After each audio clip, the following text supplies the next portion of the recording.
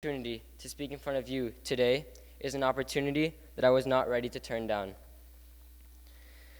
Living is not something that is simply given to us, but instead a puzzle waiting to be solved.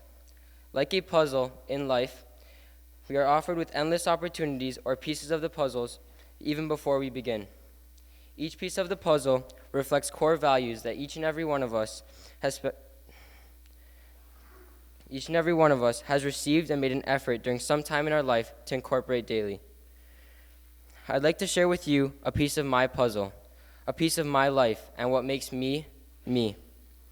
It was a little after winter break when some pieces of my puzzle came together and formed an understanding that up to now had not clicked in my head. It was 6:30 p.m. and I was walking up to the dorms with Keikoa. The walk was silent and the sky was covered with the orange light from the sunset. I told him to stop for 1 second as I said, "I'm in Hawaii." He looked at me like I was crazy and said, "Yeah, me too."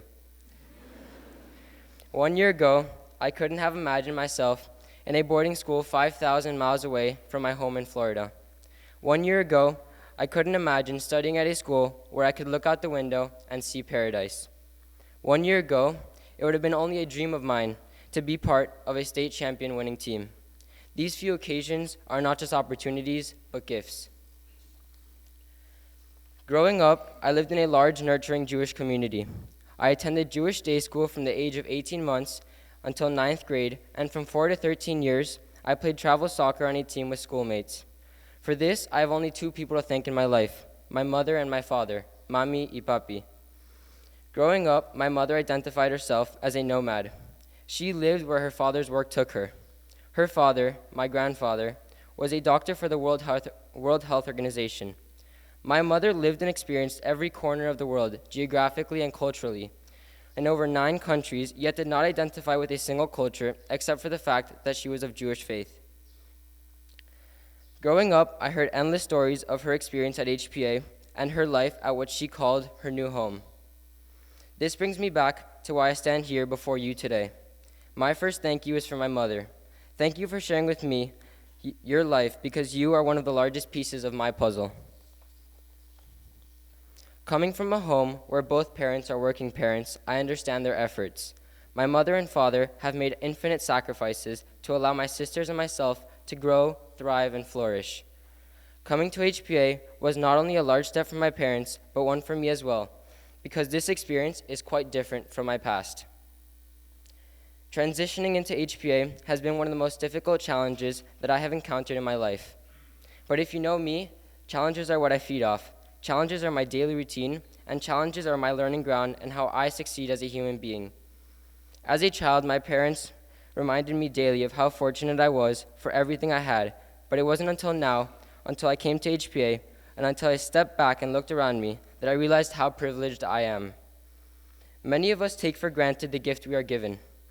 We expect to go to school, expect a meal every 4 to 5 hours, and expect to have a roof over our heads, which we call home. These are not rights, but gifts. For this, I am grateful. I am grateful for all that I am granted.